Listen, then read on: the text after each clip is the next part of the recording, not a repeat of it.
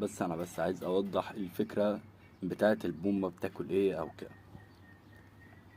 انت عشان لو بتستحرم اللي انت تحط لها حاجة صاحية، بتحط لها مثلا فرخة ميتة زي كده، مش عارف ايه، هي هتاكلها زي كده وهتسيب منها، هتاكلها زي كده وهتسيب منها.